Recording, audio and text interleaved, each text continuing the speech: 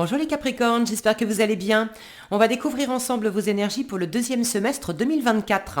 Gardez bien à l'esprit que ce sont des énergies générales, c'est comme une sorte de météo et vous seul décidez de ce que vous en faites. Donc prenez uniquement ce qui résonne pour vous dans ce tirage et le reste vous laissez.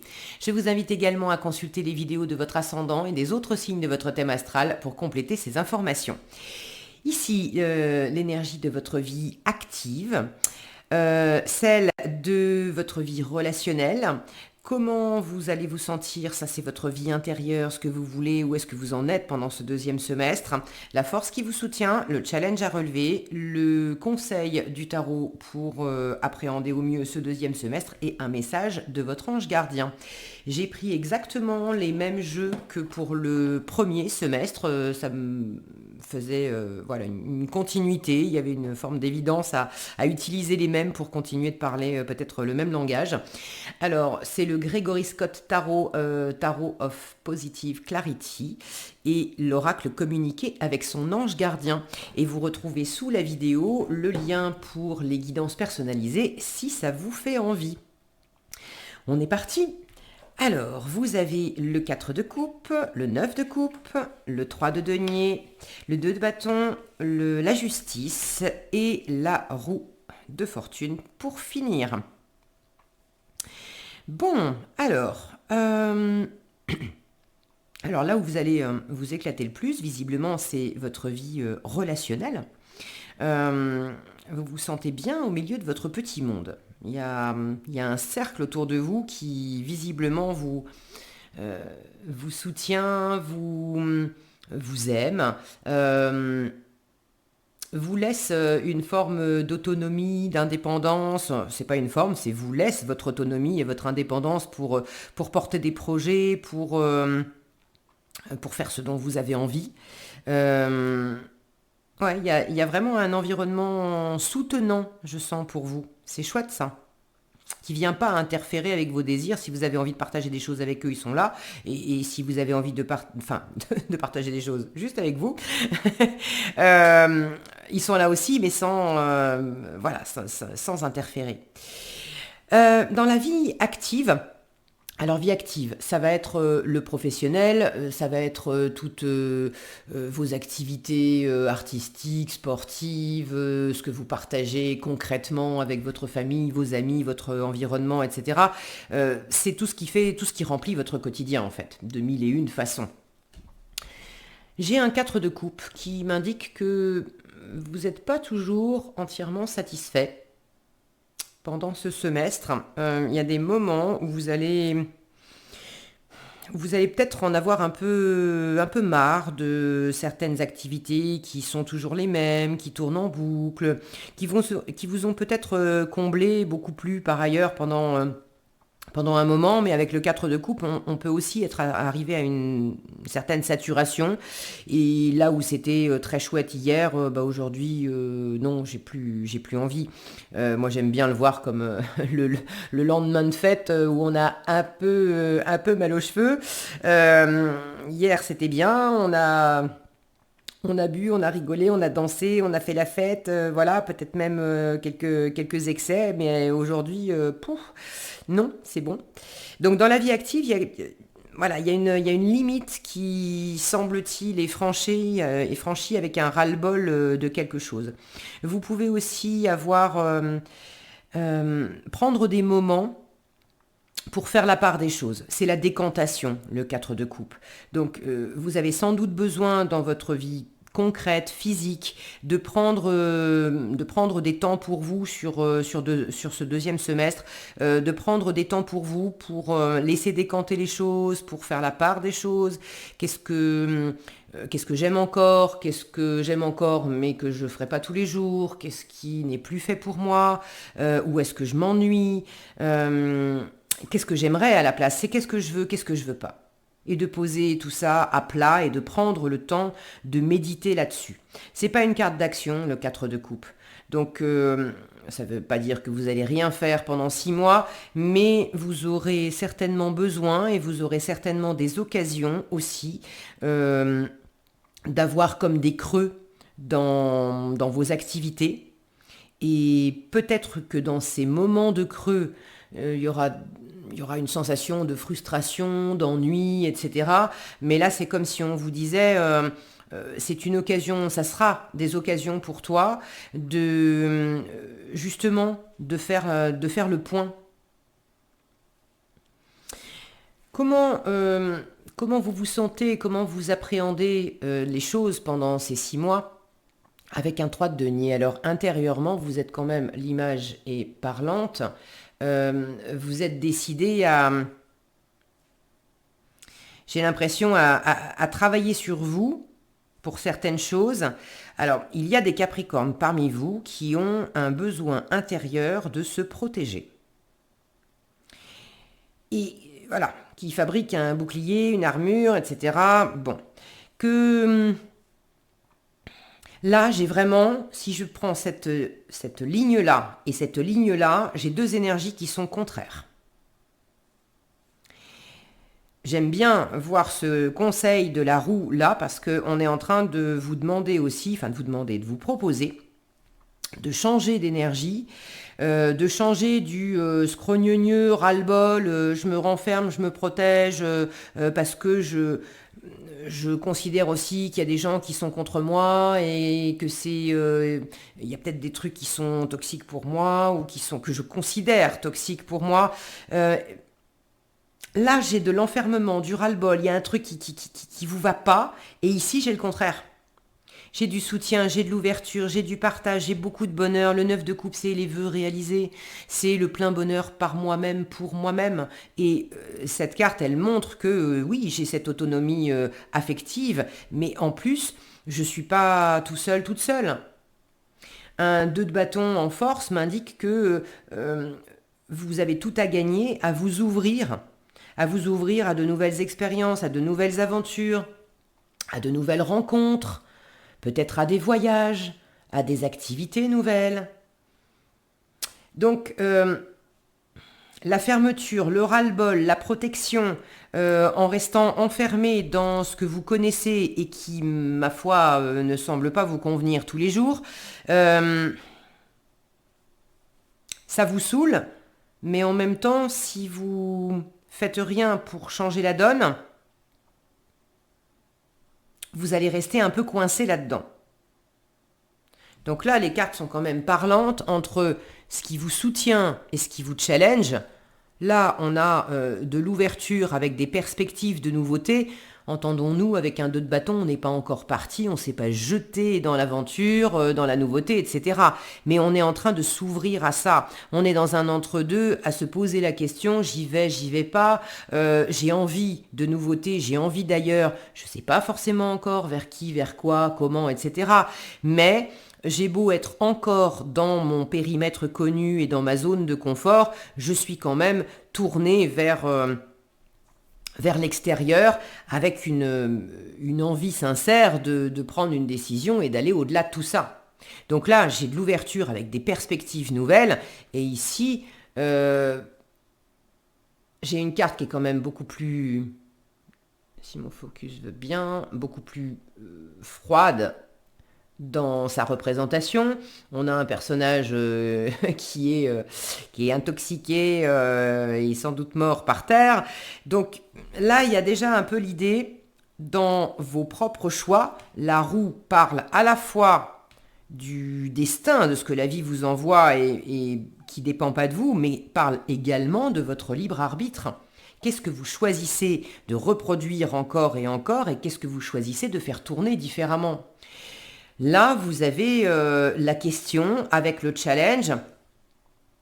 Qu'est-ce que tu te sèmes qui t'enferme, qui t'empoisonne, qui te fatigue, qui te saoule, qui fait que tu te sens le besoin de te protéger, de te bâtir une armure, un bouclier, etc. Et de l'autre côté, à quoi tu aspires qui est pour toi de l'ouverture, de la sérénité, de la confiance en toi, de la joie, du partage aussi avec ton environnement.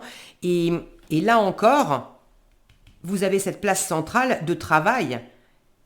Et on vous pose la question, à fournir de l'énergie, à fournir des efforts, Qu'est-ce que tu veux bâtir? Tu veux bâtir ça? Tu veux continuer de bâtir ça ou tu veux bâtir ça? Et le conseil avec la roue, c'est vraiment ça. Dans quel sens tu veux aller? La roue vous parle de coup de chance. Et un 2 de bâton en force vous dit que vraiment vous gagnez à vous ouvrir. Donc vous avez un chouette relationnel. Hein. Vous avez des énergies là qui peuvent vous porter, vous soutenir, vous mettre du vent dans les voiles. C'est comme si, ça c'est un conseil, hein, c'est pas ce qui va se passer, c'est un conseil. Mais moi je sens que l'univers est aussi en train de vous dire, si tu prends le cap de l'ouverture, de la nouveauté, de la joie, de l'épanouissement personnel, de réaliser tes vœux les plus chers, d'être dans cette dynamique-là, dans cette volonté-là, l'univers va faire souffler le vent dans vos voiles dans ce sens-là. Maintenant, si vous choisissez de rester dans des énergies plus compliquées, où on ne fait pas grand-chose, où on travaille plutôt à la fermeture qu'à l'ouverture. Regardez les positions aussi, on a les bras croisés, les mains sur les hanches, on est dans des postures beaucoup plus froides, beaucoup plus rigides. Donc, ce qui dépend pas de vous, c'est ce que vous envoie l'environnement, ok, mais ce qui dépend de vous, c'est ce que vous envoyez à l'univers et ce que vous envoyez à l'environnement. Et comme c'est toujours un jeu de questions-réponses, vous n'avez pas de prise sur l'extérieur, mais vous pouvez commencer par vous. Donc, qu'est-ce que vous choisissez de forger, en fait? Est-ce que vous choisissez de forger la chance, l'ouverture, les rires, la sérénité, l'abondance des énergies qui s'élèvent, ou est-ce que vous choisissez de rester avec des choses qui vous mettent à terre? Certaines d'entre vous peuvent avoir une décision difficile à prendre. Peut-être que justement ce switch, c'est aussi... certains d'entre vous, vous sentez peut-être coincé dans un travail qui vous convient pas du tout. Et en même temps, vous avez très peur de le quitter et vous avez beaucoup de mal à en sortir parce que c'est la sécurité de l'emploi, parce que vous avez un CDI, parce que vous avez un salaire et puis du coup vous savez pas ce que vous feriez à la place. Donc vous savez parfaitement ce qui vous enquiquine, ce qui vous pollue, ce qui vous draine, etc. Mais vous restez pour des raisons alimentaires. Maintenant, ça veut dire aussi que vous n'explorez pas d'autres possibilités. La roue, elle vous dit que ça peut très bien souffler en votre faveur, mais si vous choisissez pas d'initier des choses aussi, il se passe rien. Alors, est-ce que vous avez du mal à prendre une décision? Est-ce que ça peut être une décision qui est rendue et qui est pas ce que vous attendiez?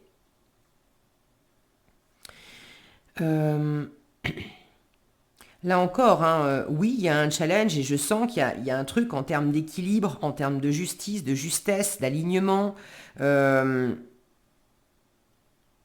de prise de responsabilité, de discernement. Il y a des choses qui sont un peu compliquées pour vous, de cet ordre-là. Maintenant, c'est en vous et on vous montre que vous n'êtes pas dans une situation désespérée, l'univers n'est pas contre vous, vous n'avez pas un environnement qui veut absolument qui veut absolument votre perte, ou alors c'est pas le même environnement, et si vous avez effectivement quelques personnes dans votre environnement qui sont absolument pas cool avec vous, là on vous montre qu'il y a d'autres personnes qui sont super avec vous. Alors, attendez, je vais remettre un peu plus de lumière parce que il fait pas beau aujourd'hui et on dirait qu'il fait nuit. Je vous assure qu'on est en plein jour, mais on dirait qu'il fait nuit. Voilà, c'est mieux.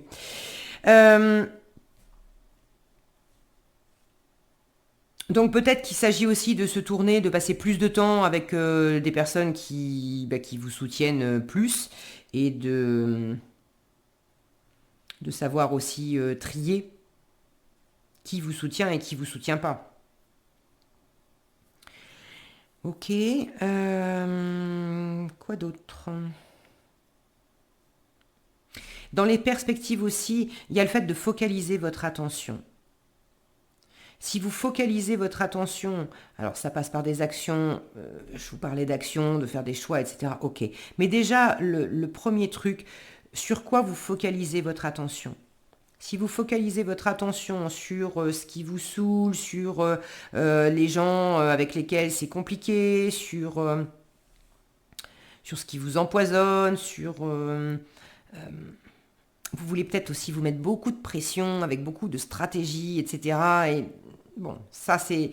Vous sentez ce qui vous draine ou pas. Si vous avez envie de partager dans les commentaires comment ça s'exprime pour vous, surtout n'hésitez pas, je suis toujours ravie de vous lire. Et puis ça peut être justement, ça peut être aidant de voir les uns les autres, quelles sont les difficultés des uns et des autres, parce que d'une, ça permet de relativiser, et de deux, dans les commentaires, des fois, en fait, il y a des pistes.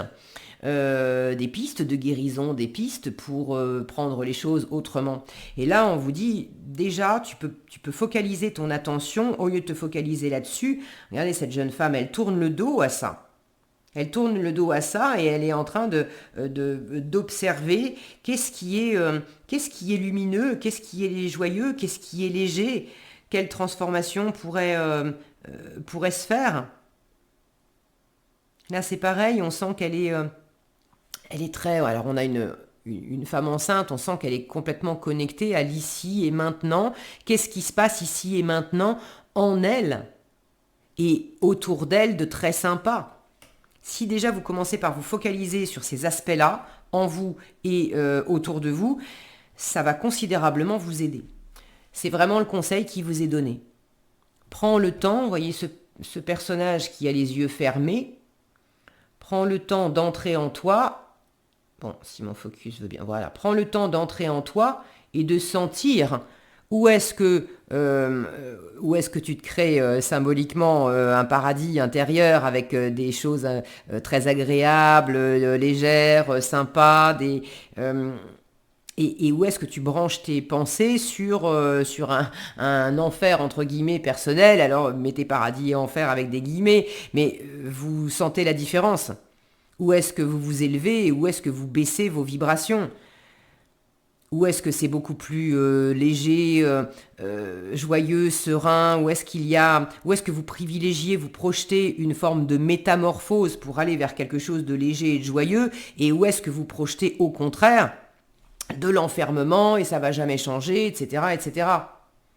Et ça, il y a une part intérieure dans vos représentations. Je dis pas qu'il n'y a pas des challenges extérieurs non plus, mais les choses sont comme elles sont et ce qui fait la différence, c'est comment on choisit de réagir à ça. Ok. Bon, ce qui me plaît, c'est que le 3 de denier dans votre vie intérieure montre que vous êtes quand même déterminé à travailler, à être actif, active et à privilégier le partenariat, l'association, le faire ensemble. Alors, je pense que vous aurez cette intelligence de sentir avec qui vous allez le mieux partager, le mieux travailler. Quand je dis travailler, c'est pas nécessairement professionnel, mais avec quelle personne vous allez le mieux partager des moments dans le concret, pour que ça soit épanouissant et agréable, plutôt que rasoir et empoisonnant en fait. Ok ? Mais vous êtes quand même dans cette optique de pas faire seul. Ok, le conseil de votre ange gardien. Ta mission de vie est et sera toujours de devenir une meilleure personne d'une incarnation à l'autre. Tu peux par moments te souvenir de ce que tu es venu faire sur Terre, mais la plupart du temps tu l'oublieras. Compte sur moi pour te guider vers l'accomplissement de ton plan et fais toujours les choses en bonne conscience. Voilà ce que j'avais pour vous les Capricornes, j'espère que cette vidéo vous sera utile. Si elle vous a plu, je vous invite à la liker, la partager, la commenter. Et pour être averti quand je publie de nouvelles vidéos, il suffit de vous abonner et d'activer la cloche des notifications. Prenez bien soin de vous, passez un excellent semestre et je vous dis à bientôt dans un prochain tirage.